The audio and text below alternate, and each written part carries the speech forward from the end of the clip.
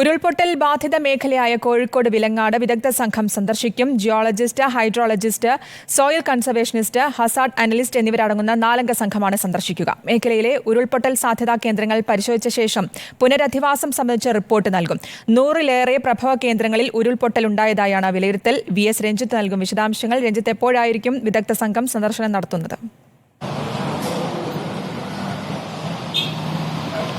ശ്രുതി, വിദഗ്ധ സംഘം അല്പസമയത്തിനകം അവിടെ എത്തും.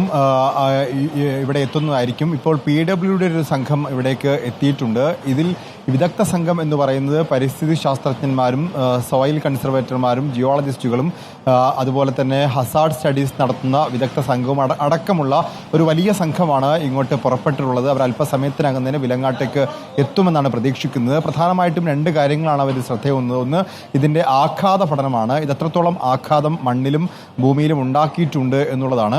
മാത്രവുമല്ല, ഇവിടെ നഷ്ടപ്പെട്ട വീടുകളെക്കുറിച്ചും അതുപോലെ തന്നെ പുനരധിവസിപ്പിക്കേണ്ടവരുടെ എണ്ണത്തെക്കുറിച്ചുമൊക്കെ ഇവർ വിശദമായ പഠനം നടത്തും. അതോടൊപ്പം തന്നെ ഇവരെ എങ്ങോട്ട് പുനരധിവസിപ്പിക്കും എന്ന കാര്യത്തെക്കുറിച്ചും, ഏത് മേഖലയിൽ പുനരധിവസിപ്പിക്കാൻ സാധിക്കും, പുനരധിവസിപ്പിക്കാൻ ഉദ്ദേശിക്കുന്ന പ്രദേശങ്ങളിൽ ഇത്തരത്തിൽ ഉരുൾപൊട്ടൽ സാധ്യതയുണ്ടോ എന്നുള്ളതാണ് പരിശോധിക്കുന്നത്.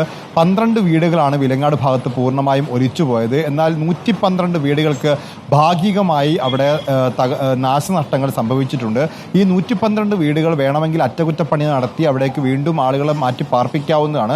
പക്ഷേ ആ മേഖലയിൽ ഇപ്പോൾ ദുരന്തബാധിത പ്രദേശമാണെങ്കിൽ അവിടെ ഉരുൾപൊട്ടൽ ഇനിയും സാധ്യതയുണ്ടെങ്കിൽ ആ 122 വീടുകൾ താമസിക്കുന്നവരെയും പുനരധിവസിപ്പിക്കേണ്ട ഒരു സാഹചര്യത്തിലേക്ക് എത്തും. അതാണ് ഇന്നത്തെ സന്ദർശനത്തിൻ്റെ പ്രധാനപ്പെട്ട ലക്ഷ്യം. അതായത് ഇപ്പോൾ 122 വീടുകൾ ഉള്ള, ഭാഗികമായി തകർന്ന വീടുകളുള്ള ആ ഭാഗത്ത് ഇനി തുടർന്ന് ജീവിതം സാധ്യമാണോ, അവിടെ ജീവിക്കാൻ മനുഷ്യർക്ക് സാധിക്കുമോ എന്നുള്ള പഠനമാണ് പ്രധാനമായിട്ടും നടത്തുക.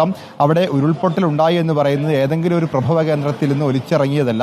അവിടെ 10 24 ഉരുൾപൊട്ടൽ പ്രഭവ കേന്ദ്രങ്ങളുണ്ട്. അവിടെ നിന്നാണ് ഈ ഉരുൾ ഒലിച്ചു വന്നിട്ടുള്ളത്. അതുകൊണ്ട് തന്നെ ആ ഭാഗം ഇനി സുരക്ഷിതമാണോ എന്നുള്ളതാണ് തീർച്ചയായിട്ടും അവരുടെ പഠനത്തിൻ്റെ പ്രധാനപ്പെട്ട ഉദ്ദേശം. വലിയ നാശനഷ്ടങ്ങൾ വിലങ്ങാട്ടുണ്ടായിട്ടുണ്ട്. വയനാട്ടിലെ പോലെ ആൾനഷ്ടമില്ലെങ്കിൽ കൂടിയും 6 കോടിയോളമുള്ള വീടുകളുടെ ഭാഗം പൂർണ്ണമായി നശിച്ചിട്ടുണ്ട്. 11 കോടിയുടെ കൃഷിനാശമുണ്ട്.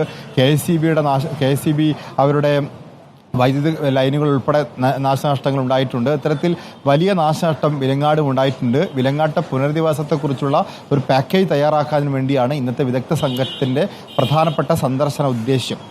അല്പസമയത്തിനകമായിരിക്കും വിലങ്ങാട് വിദഗ്ധ സംഘം സന്ദർശനം നടത്തുക. VS രഞ്ജിത്താണ് വിശദാംശങ്ങൾ നൽകിയത്.